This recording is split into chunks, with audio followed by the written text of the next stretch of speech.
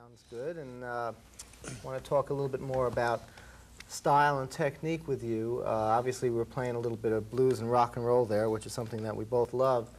I'm intrigued by your treatment of what most people would consider the standard blues scale and positions when we're playing in closed positions, such as we were, which was like the closed A up here. The bar chords, like when you, instead of playing the open A there, you're playing it there on the 5th fret. Up there, and when you were riffing around, you have a very delicate way of working around what people consider to be the standard blue notes within a scale. And where do you like to improvise? Say, if we've got a pattern simply like this, you know, the basic pattern, the basic run that a lot of people know, or perhaps they don't. Now, what are the other notes, the passing tones, the little things you like to throw in? What kind of riffs do you like to create out of that position? Well, basically, most of my playing centers around those positions because it's really single-note riffs based upon the structure of those chords. Right. I've never really thought of guitar playing in terms of scales. But I think I know what you mean. For instance, if we were playing a blues in A, and then when it would go up to the D, yes, which would be there, like a 4 chord. yeah, that would perhaps be one of the riffs I'd throw in, even though we would still be on the A chord. So the basis, your root note instead of being played by your 3rd finger is now by your 1st finger. Yeah. Now, is that something you got from listening to people like B.B. King? Yeah, B.B. King and Freddie King primarily. Yeah, they were. I suppose they were the main influences on me as a guitar player. And I also was noticing when you were playing, player. I was, you know, I'm crazy about the country sound as well, and I've always thought of your style as a great blend between the classic blues style and sort of a country-ish feel, major pentatonic, whatever you would call it. Now, when you're up there, you were doing some really nice double note bends and what most people would associate with country music, and a lot of those are the right, that position. Yeah. And also up here on the 12th fret, there was a 2-note. Right, can we see that again? Right, so there's a perfect combination of country and blues style. Now, where did you... Well, it comes from listening to country music and to Chet Atkins and Nashville music, really. I've never played a lot of that kind of music, but the country blues stuff has been an influence. Because when I think of your playing with the Stones, that to me was a lot of the Mick Taylor influence. A lot of that, where you'd hear that in there. Suddenly they went from a kind of minor, dissonant kind of blues to a little bit sweeter, a little bit more country melodic. Blues. Yeah, well, more of a country sound. Yeah, I think that kind of started when they did Honky Tonk Women. That was a country blues. Right. That was like an open G position. Yeah. Type of lick. Yeah. All right, when you were growing up, an inspiring player, who were your influences? Who did you listen to, and who caught your ear first in the UK? As a guitar player, or just music in general, you mean? As a guitar player, I'd say. Well, I used to listen to Booker T and the MGs, and a bit later on I discovered Freddie King and B.B. King. And they became great influences on me as a guitar player. So Steve Cropper's playing had a lot to do. Steve Cropper's playing, and not just his style of playing, but that style of music in general. The stack stuff recorded in Memphis in the early 60s. I liked a lot. A lot of that, it's interesting because a lot of that involves the rhythm and lead work together. You know, there would be a lot of rhythm chops and then suddenly high notes played or double stop, things of that nature.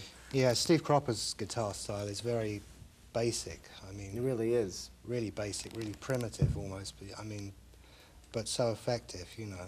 I once played his guitar and you couldn't play anything beyond the 12th fret. It just fretted out. There was no need for him to play any of the notes higher up, which I guess is all he needed because his style was so, is still so definitive within that particular range. Yeah, that kind of music in general was very popular in the clubs and in discos and dance halls in the 60s, the early 60s. And a lot of people were influenced by that kind of music, and that's kind of where the British blues scene and R&B scene sprang up from. Mm-hmm. Now, in terms of the double note runs that maybe he played, or somebody like Cornell Dupree, or the people who played on a lot of those records, how do you fit them at all into your style now? Do you find that, I've noticed there is a lot of double note work in your playing, like you'll have the G and E string runs, or the... Give me an example of what you mean. Okay, well, when we were playing the blues, you know, these... Oh, yeah. Those leading tones, like that. Yeah. Yeah. That comes from blues guitar players, basically, like Steve Cropper and... Well, Albert King uses a lot of those kind of things as well. Really? Yeah. Like for But what? of course, I didn't for example, get to hear what? Albert King until much later on. But yeah. What kind of things would he do in a double note fashion? Ah. Like that. A little bend up on and the G string. He'll bend up on a G string there, yeah. That's great. That's great. I had no idea he did something like that subtle. Because it's all upside down because he's left-handed. But right.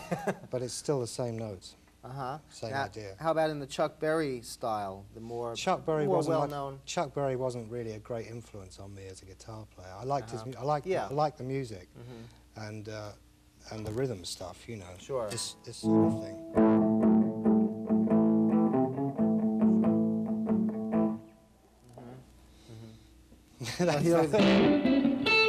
All those double note licks are a big thing for him.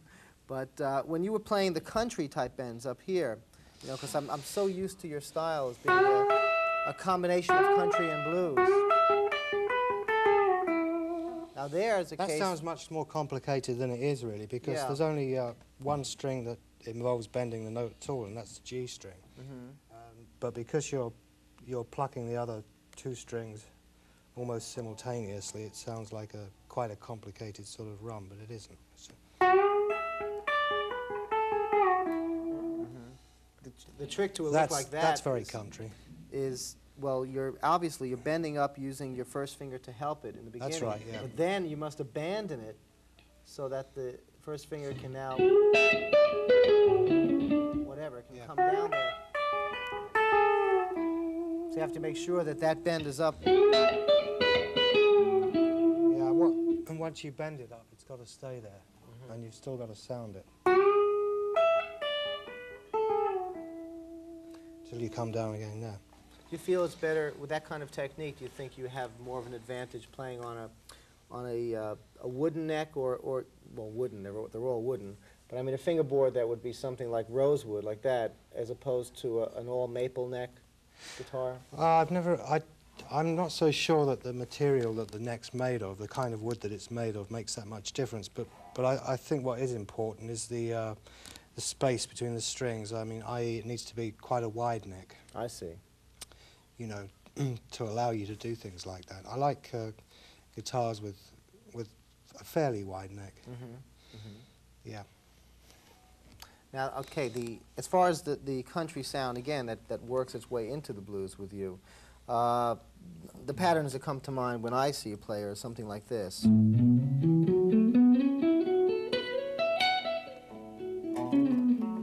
Right. Yeah.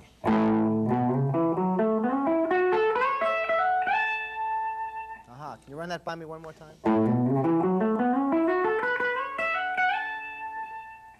I see. Ah, those hammer-ons are great. Yeah. Floyd Kramer guitar.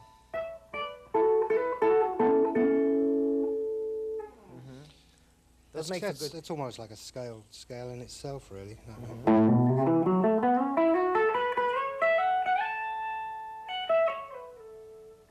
Now, in that position, what notes would you like to bend? Obviously, we've talked about some of the blues bends.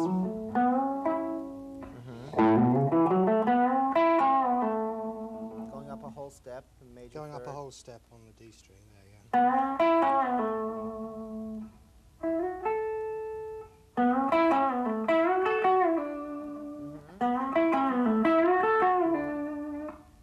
So I notice even on the D string there, though you're far into the middle of the fingerboard, you're still using that B.B. King type vibrato. Yeah. It's just a habit, really. away from it. I've Oh, it's always a good played- habit, for sure. It's a habit you should all try to get too.